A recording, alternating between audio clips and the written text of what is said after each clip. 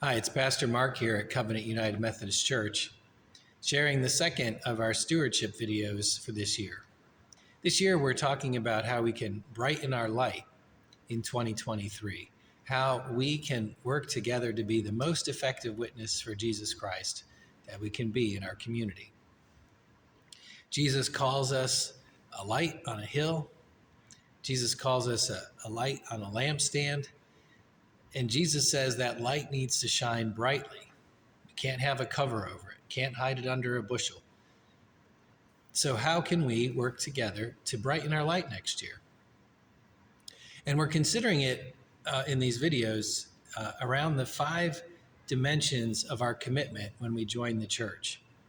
When we join the church, we promise that we are going to honor and serve God through the church, through our prayers, our presence, our gifts, our service, and our witness.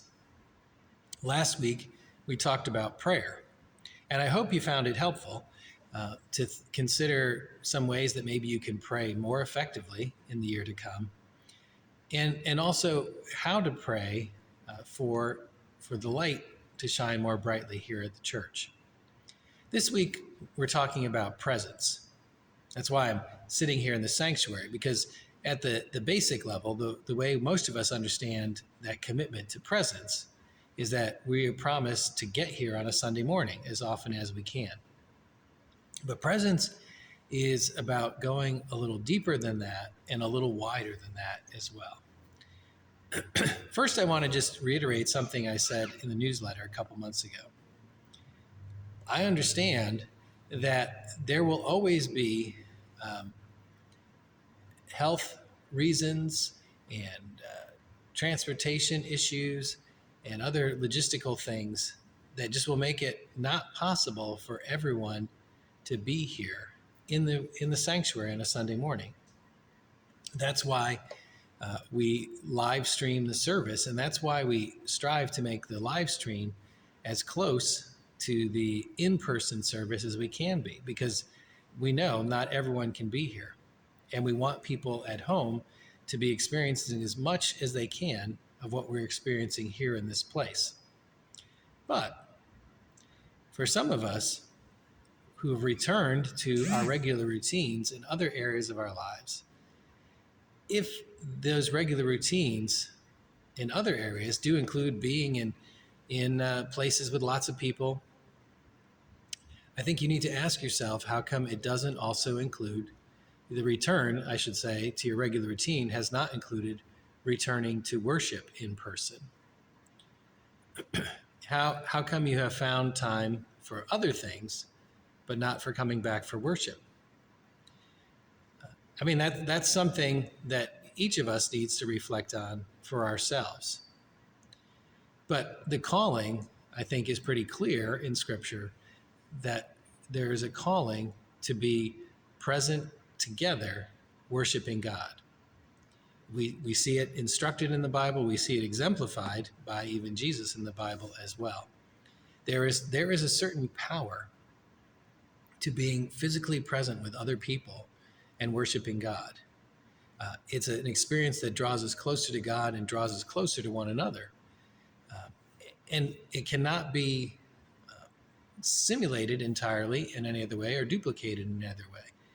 This gathering of people in one place, singing together, hearing scripture together, praying together, has a power that impacts those who have gathered, and then by extension impacts the community that those who have gathered go out into.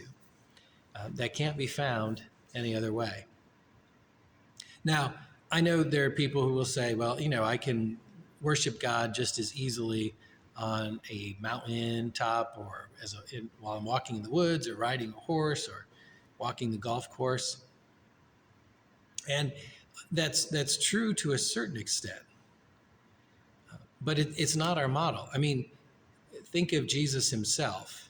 I mean, if anyone could have spent all their time alone and being present with God, it's Jesus. I mean, Jesus is God. But Jesus himself also chose to be in corporate worship as well. So yes, those experiences of the woods and the mountains and everything, they can be powerful experiences. But that doesn't mean we can neglect being present with other people and worshiping together as well. But our promise of presence is not just about getting here, it's about being here, being fully present here.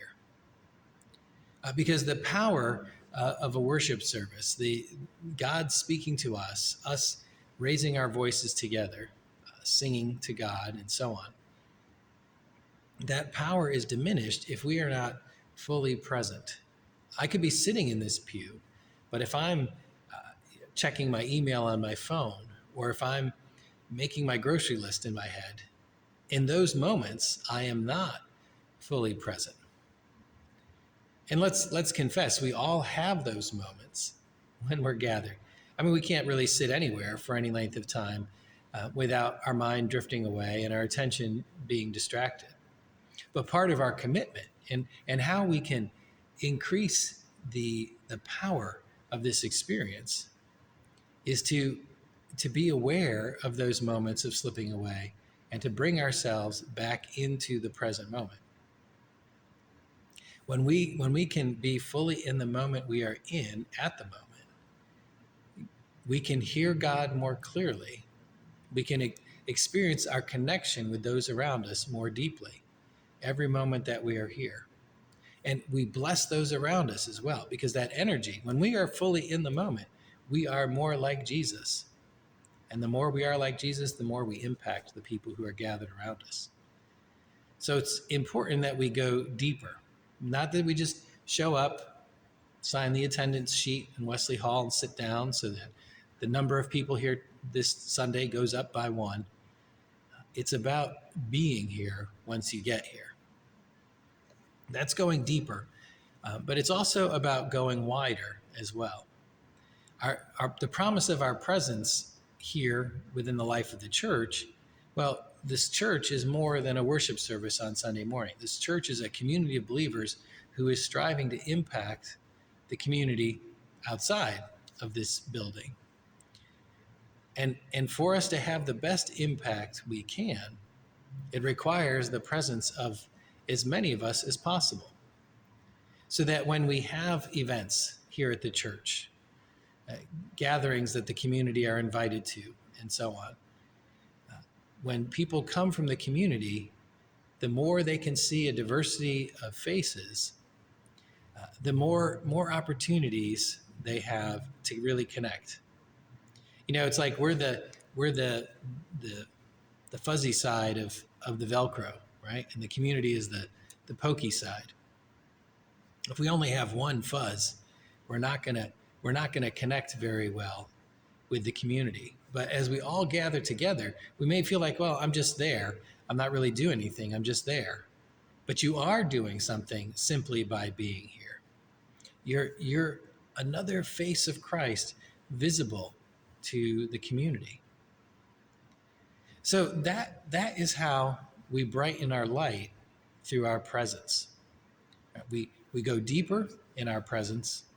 When we come for worship, when we come for other events, we are fully present in those events as best we can, as often as we can. And we brighten our light by simply making the effort to be here for things more often, so that when other people come, either visitors or just brothers and sisters within the church who need some encouragement, the more times we are here, the more opportunity we have to be that encouraging face, that encouraging smile that someone else needs to see.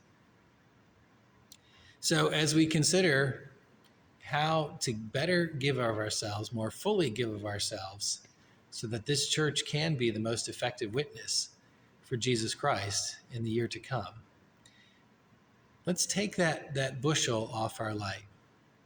Let's not cover up what is in us by being distracted by the past or worries about the future. But let us be present together in worship and in other events in the life of the church. Let us be here together so that we can better be the light for our community.